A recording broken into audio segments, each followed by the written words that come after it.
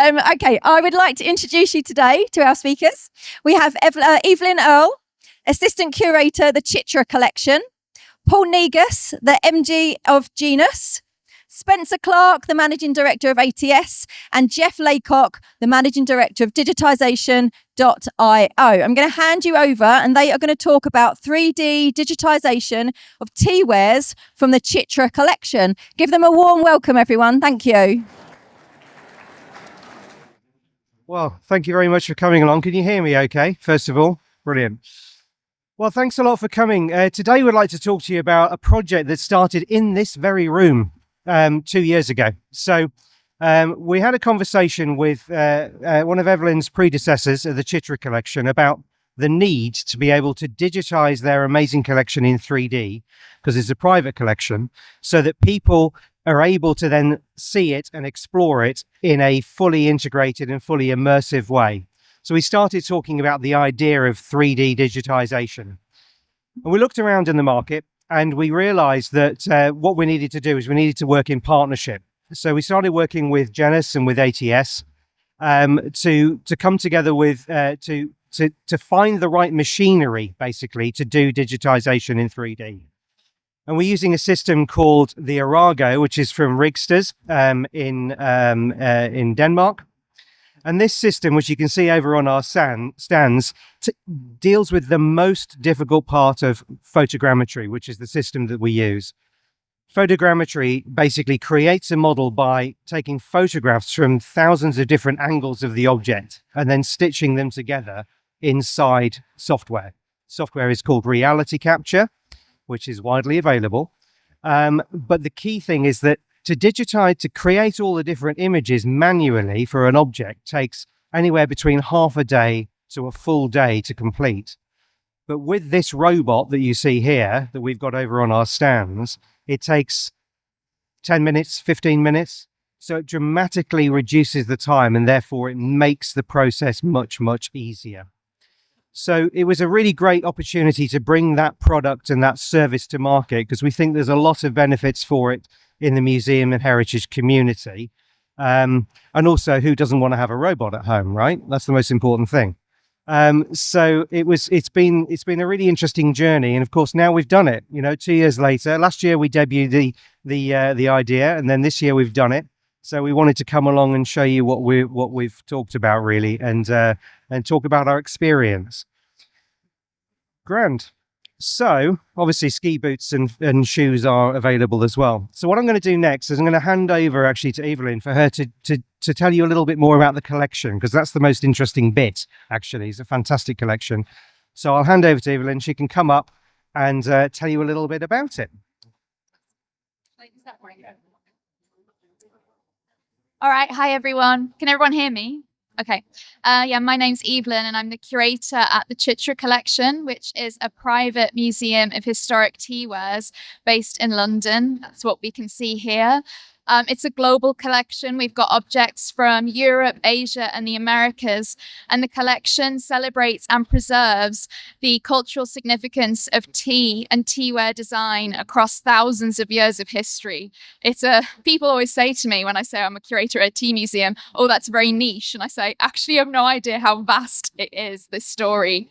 It was founded in 2011 by philanthropist and chairman of the N. Sethia Foundation, Nirmal Sethia, and it is dedicated to his late wife, Chitra Sethia, so that's where we get our name. She passed away in 2010 and he began the collection 1 year later.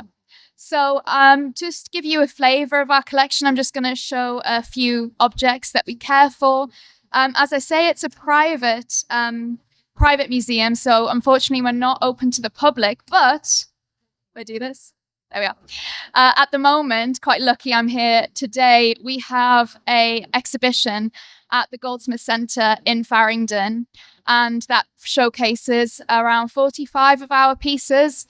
We have about 3,000 in our collection, and this exhibition talks us through the history of tea and its relationship to silver from the arrival of tea in Europe in the 17th century.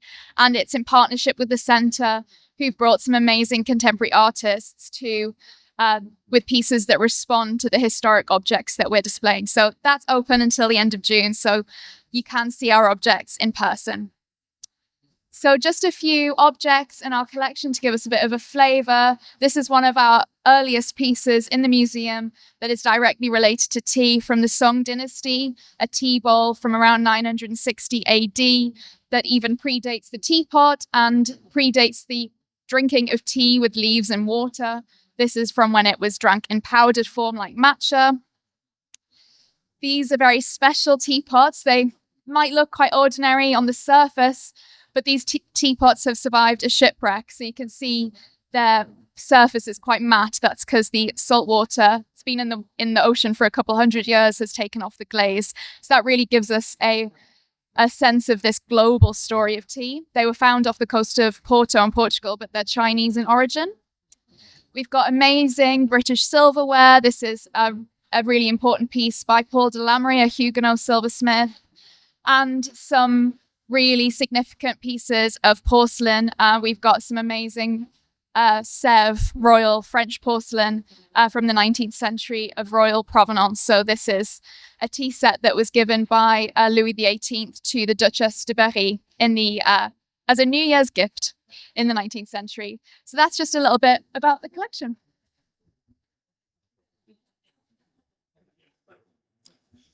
Thank you very much. So a fantastic collection, right? Absolutely amazing. But because it's a private collection, it's not going to be, certainly in the short term, there's not going to be a big museum where people can come in and have a look at it. So 3D digitization is particularly appropriate. So rewind back 2 years, the idea was hatched. Took us a year to find the right equipment, to make it work and to bring it into a service. And then this last year, we've actually done the work. So what did we do? Well, we took the actual rig to the basement of the collection where it is and put it up. Obviously, we were working very fast, just as this time lapse shows.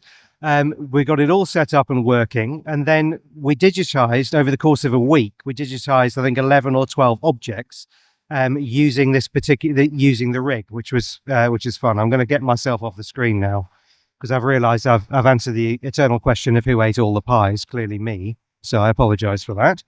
And then what happens is, because the collection's so fragile and rare, obviously it's very important that everything's handled correctly. So the handling of the collection obviously was done by Evelyn. So we didn't touch the objects at all. They were just brought in and placed onto the rig, and then the photographs started to be taken. And you see we have a normal plain grey background on that particular one. But then later on, we started to use white backgrounds and different ways of looking at to try to get the best contrast images.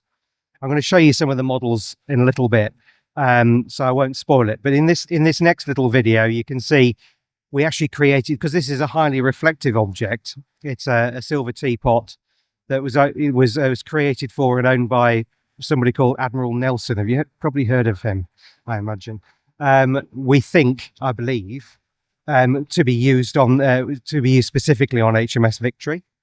But with this, because it's so highly reflective, what we did is we built essentially a white tent around it, which is how people have always done capturing of highly reflective objects when it comes to cameras. And you can see there it's moving around and it's being captured. The software itself controls the entire rig, so it enables you to go in and see all the different camera positions, the individual shots that are created, which then get combined together into these, I think really quite incredible objects, which are available on Sketchfab. So Sketchfab is a website online where you can go in and access these models. If you search for Chitra under the users, then you'll see these. And I think you'll agree, at least I hope you'll agree, the results are really quite spectacular. So this is a red stoneware teapot that we captured. And it's, this one was particularly interesting because it really illustrates the level of detail that's possible. So this is just a video of the model that I've done, but you can manipulate it yourselves online. You can see even there the grain of the stoneware is visible. It's absolutely stunning. And this is about 500 or 600 images have been combined together to create this 3D model. Then moving on, we have the shipwreck teapot. notice we've been able to capture everything on the inside as well, and they're barnacles on the inside because there's actual barnacles that were captured, that went into there when it was underwater. It's a beautiful piece, but it enables a level of access and a level of viewing of the object which you're just never going to get in a museum context because it's going to be in a cabinet, right? This is a Fabergé tea caddy, which, you see, we've been able to capture the reflectivity, for example. This is enameled and has a very high level of detail. And that's one of the lessons we've learned is that, that the more detail there is on the object, the better it works for this type of capture, this photogrammetry. So it's certainly absolutely stunning, I think. This is the much hallowed Nelson teapot there, which is purely reflective silver. Because we're able to set the reflective qualities of the object inside the system, essentially we can make it reflect anything that we like. But it's the surface really that you're capturing using that. I think this is a mycin, isn't it? So this is a mycin. It's me pretending I know what I'm talking about. Sorry. I know what I'm talking about with the 3D. It's okay. It's just not about teapots. But this is mycin. So this is a beautiful ceramic piece. Very, very interesting how that comes together. But that captured beautifully. That actually just took one pass. We threw it into the software and it pretty much came out fully formed, which is really great. Because some of the objects we've discovered we have to do quite a bit of editing to afterwards because reflectivity causes some issues. And this is a red stoneware. This is a red stoneware and gold, I think. What's the? It's made out of bloodstone. Bloodstone and gold. That's right. Sorry.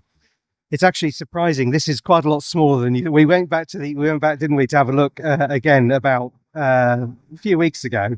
It's actually quite tiny.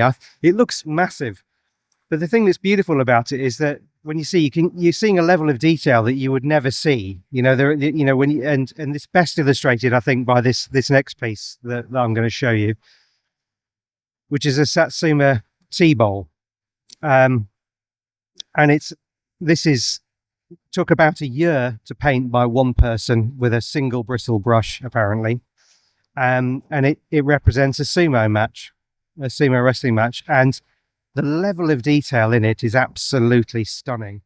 And when it zooms in a minute, you'll be able to see. You can see individual characters inside the bowl, inside the match, and doing things like this chap here is dropping his food box on top of his own head and things like that. People are having fights inside the audience. This was all done. And when you look at it in the cabinet, it's about, yay big. And, you can only see one small aspect with a magnifying glass. So this has enabled a level of exploration, I think, which we haven't had up until now. So we've learned a lot of really positive lessons about it.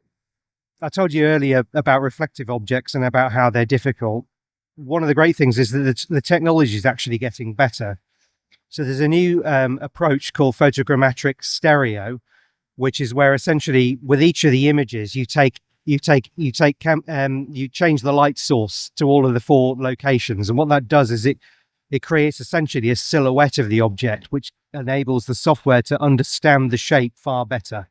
And then you can always apply the reflectivity in the model in the software later on effectively. So that we're going to deal with that. Negative space, with the actually it worked pretty well with the monkey teapot, but negative space can be a challenge.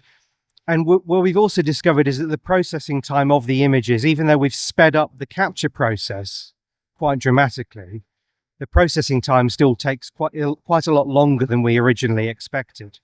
I mean, we're still talking about 2 or 3 hours, 4 hours in some cases with simple objects, but it's taken longer than we thought it would. And we are having to edit more, some of the objects in Blender. So we're having to, for those of you that are in the know about these things, we take a triangle-based model, which is what reality capture gives you out.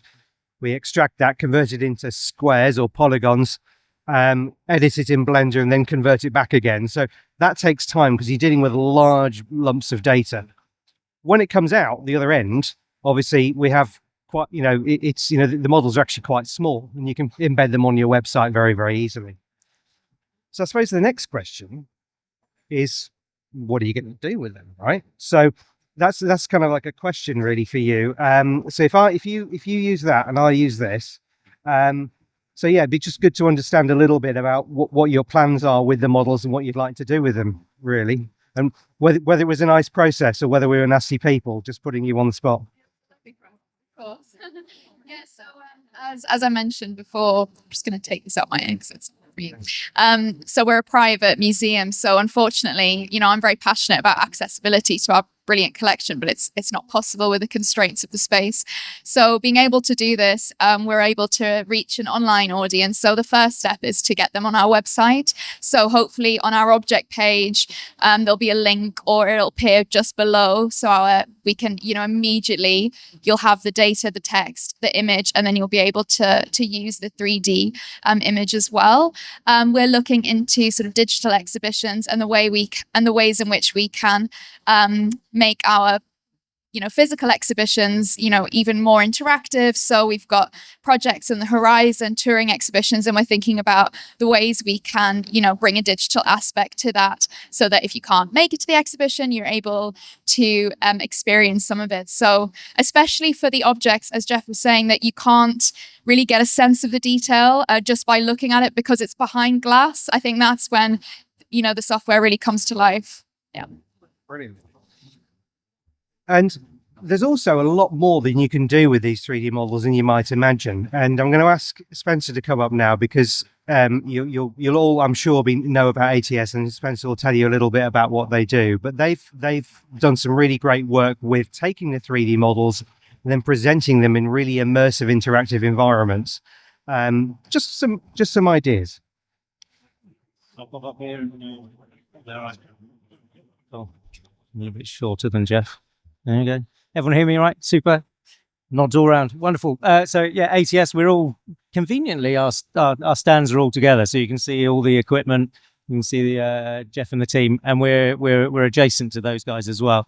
So ATS, very much around storytelling as well as the technology and how they kind of blend together to create a really great visitor experience. So when we had the first conversation 2 years ago, and Chitra came up to the stand and started talking about, we want to digitize, I was kind of asking, well, what are you going to do with it when you've done it? It's great. And the technology didn't exist. So that was really exciting to actually explore some new tech, because the big barrier also was the current way of doing photogrammetry was very expensive and took very long. So it wasn't really accessible to many museums. So I'm really been pleased to see over the last year and a half, 2 years, is actually proving that it can be sped up and it does become more cost efficient, and therefore hopefully it's going to be a bit more accessible to museums. So yeah, so we were looking at, so the guys are looking at the technology and how you can capture it and make a decent business case for it. And then I've been in the background kind of going, yeah, but when they're ready, what are we going to do with them? Because I'm not sure if you remember 2020, COVID, and we were all shut our doors and everything went online, and there seemed to be just a sea of content just went online. Everything went online. But what was missing was that storytelling and experience part. And we know why, because it happened very quickly. But what we were keen to look at was saying, well, once this is done, what we want to do is make sure we can put these objects in context and tell a story around them. So whether they're virtually or whether they're on site, there's lots of different scenarios that we're starting to consider, which Evelyn gave a bit of an indication of, as things like a touring exhibition. Well, when you're going around, how might you support the interpretation for accessibility? How can you go deeper into the storytelling of that object with different technologies? So first thing we've started playing around with, this is the button, I think. Again, context. So he said, okay, we've got this spot, but I want to know kind of where it's come from and who used it and where was it placed. So the team have just been playing around. Once we've got this 3D space, 3D object in amazing resolution, it is really stunning. You need to come over and have a look at them in real life. We started playing around with models, and some of these models you can just get off Sketchfab. So there's lots of stuff that's already pre-made. So we can have these kind of environments, and then we can take the object, import it into the environment, and then put it into the space. So putting this into a visual 3D space, makes it far more understandable for visitors. And then from off the back of that, we're saying, okay, we've created this lovely 3D space, which could be a walkthrough video. You could be controlling your path through it. There's loads of things we could be doing in this virtual space, whether it's on a mobile, whether it's on AR, VR, or whether you're on just on a web or a big touch screen. So there's so many outputs, which again is really great. Once you've got this digital twin, you've actually got the ability to put it into all these different digital environments, but you've already done the capture once, so you've kind of paid for that. So I think there's going to be a really good return on investment on digitizing that asset, and then what you can do with it. Archives, absolutely. But then what can you do from a visitor experience point of view? So we started playing around with, we're playing around with the concepts with Chitra, saying, what can we do with this? What's really easy? We've talked about VR experiences, but then is that accessible to everybody? Where are the visitors? Where are the audience accessing and looking at all of this content? So we've started with kind of maybe more of a simple web base, because we were saying the collection was going to be put online, but rather than just having a whole bunch of 3D objects to go in and have a look, is can we go in here, put a lovely bit of creativity around it that people will dwell and have this introduction to the object within this space. So here you'll be scrolling through this yourself, and it will be partly predetermined pathway. So as you're scrolling, we've already put a kind of a camera view of the object, but then you can have these pop-ups where, okay, I do want to actually zoom in myself onto this extra area. And then as we're coming through, we've got the story and the interpretation. As we zoom in, it could pop up a really nice video. We've been playing around with the Sumo, which again, I implore you to go and have a look at it. It is absolutely stunning. And then we were going to animate it and add some audio and binaural 3D sound around it, and just really, really make the most of this asset and bring it alive, really, for a virtual experience. Because it's actually pretty tiny.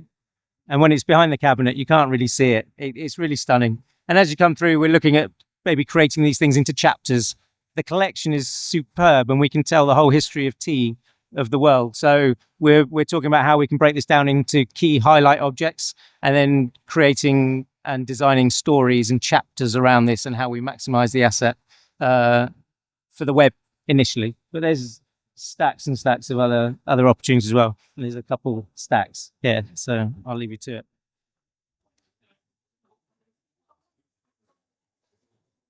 Exciting stuff, right? I think it's fantastic. So some of the other things we've been thinking about as well. Something else that's come up is, I'm very pleased to tell you actually that we've got that bowl actually right here to show you, which is really good. And hopefully I don't break it. Sorry about that. Actually, we've also got a 3D printing service. So this is a new type of 3D printing from that model that we created. It's called a polymer printer. It's actually a polyjet printer. And what this is doing is it's actually printing the design in with the physical shape itself. So this is not like spray painted on like a transfer. It's actually inside it.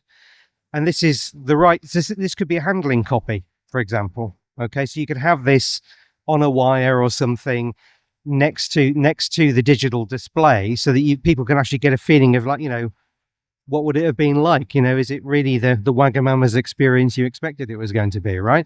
Or whatever it happens to be. And this is absolutely stunning with the levels of detail. And do come along to our stands and have a look at it.